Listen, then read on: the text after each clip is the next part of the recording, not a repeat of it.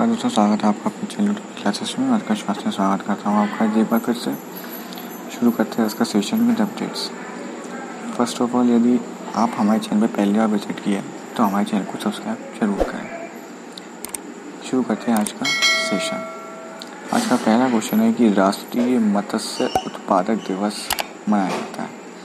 तो राष्ट्रीय मत्स्य उत्पादक दिवस जो मनाया जाता है वो 10 जुलाई को मनाया जाता है।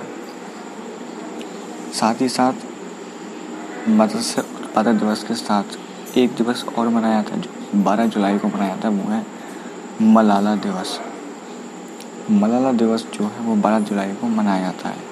आपसे ये नहीं पूछा जाएगा कि मलाला दिवस क्या है, आपको केवल ये पूछा जाएगा क्वेश्चन में कि मलाला दिवस की जो मनाने की तारीख है वो निम्न में से कौन सी है। 4 ऑप्शन दे रखे होंगे, उसमें से 12 जुलाई होगा एक, आपको टिक करना। तो मलाला दिवस 12 जुलाई और राष्ट्रीय मत्स्य उत्पादक दिवस 10 जुलाई को मनाया जाता है।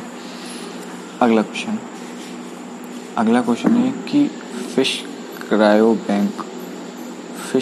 बैंक की स्थापना जो होगी वो कहाँ पर होगी। तो वो देश है भारत में फिश क्रायो बैंक की स्थापना होगी।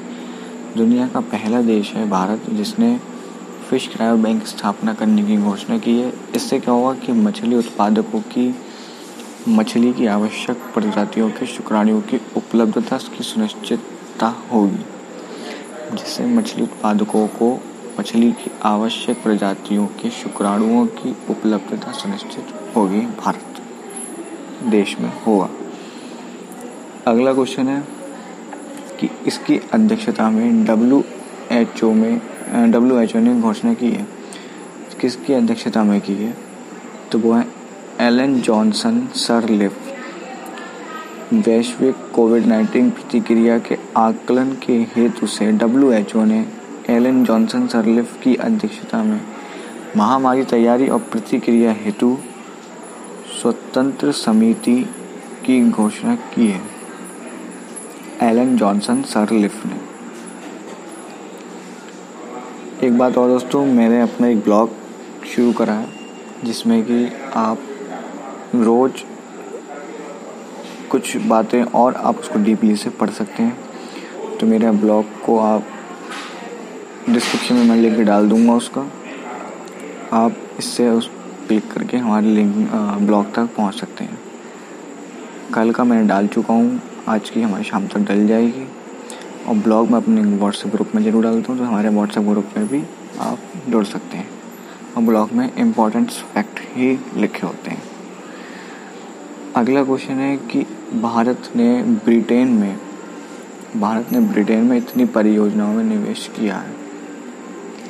तो परियोजनाएं कितनी है, तो वो है 120 परियोजनाएं, जिससे कि वो अमेरिका के बाद, यानी कि भारत ने ब्रिटेन में 120 परियोजनाओं में निवेश किया है, जिससे वो अमेरिका के बाद वर्ष 2019 में ब्रिटेन में किए गए प्रत्यक्ष विदेशी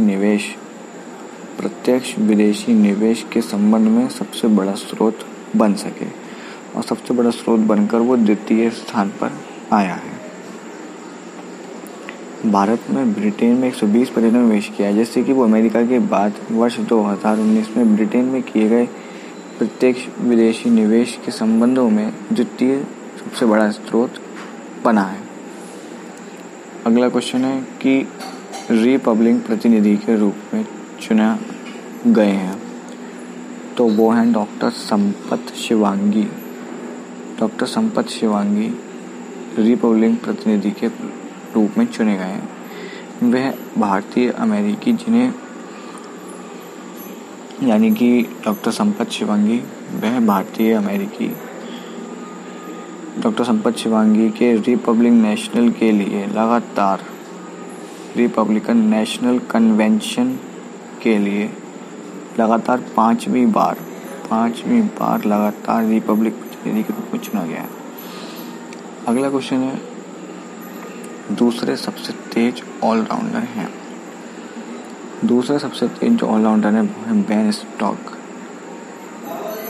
ये ऐसे तेज ऑलराउंडर खिलाड़ी हैं जिन्होंने डबल टेस्ट क्रिकेट में 4000 दौड़ और 150 विकेट लिए हैं।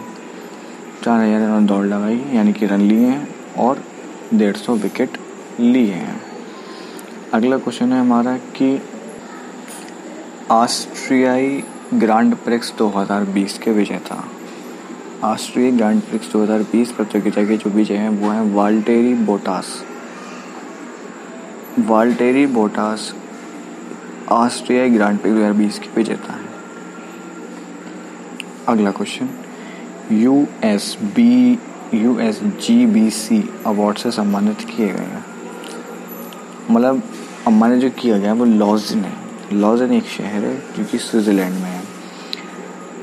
IOC राष्ट्रीय ओलंपिक समिति इंटरनेशनल ओलंपिक कमीशन ने घोषणा की है कि लॉज़न में स्थित उसके नए मुख्यालय को European 2020 US green building council USGBC यानी कि US green building council leadership award से सम्मानित किया गया है लॉज़न स्विट्जरलैंड में।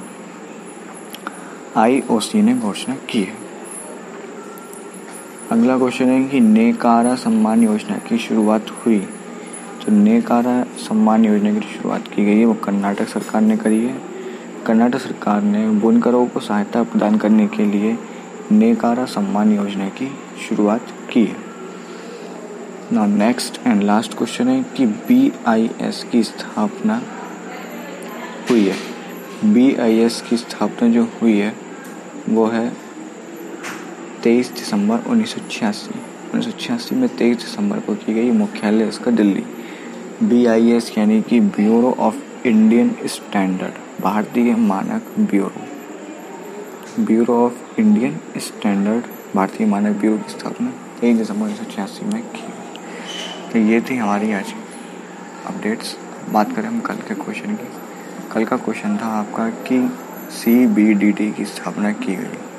तो CBDT की स्थापना 1964 में की गई है। यही बात करें आज के क्वेश्चन की। आज का क्वेश्चन है आपका कि IEA की स्थापना कब की गई थी। ये आपका क्वेश्चन ऑफ द डे आज का, IEA की स्थापना कब की गई थी। दोस्तों PDF का केवल मेरे पास एक ही कमेंट आया है और लोगों के मेरे पास कमेंट नहीं आए हैं। जब तक मुझ पर ज़्यादा लोगों के कमेंट नहीं आएंगे तब तक मैं उसको नहीं भेज पाऊँगा। उसमें टाइम लगता है PDF बनाने में, तो मैं केवल एक की डिस्कशन नहीं हो सकता। कम से कम 8-10 रिक्वायरमेंट होंगी तो करने की सोचा जाएगा। तो ब्लॉग जरूर पढ़िएगा क्योंकि ब्लॉग में इम्पोर्टेंट फैक्ट्स हैं। डिस्क्रिप्शन लिंक मैं आपको दे दिया करूँगा, उस पर आप पढ़ लिया कर लेंगे। मिलते हैं अपने कल के नेक्स्ट वीडियो में। तब तक के लिए गुड बाय, इन्वेस्टर पढ़ते रहिए। धन्यवाद।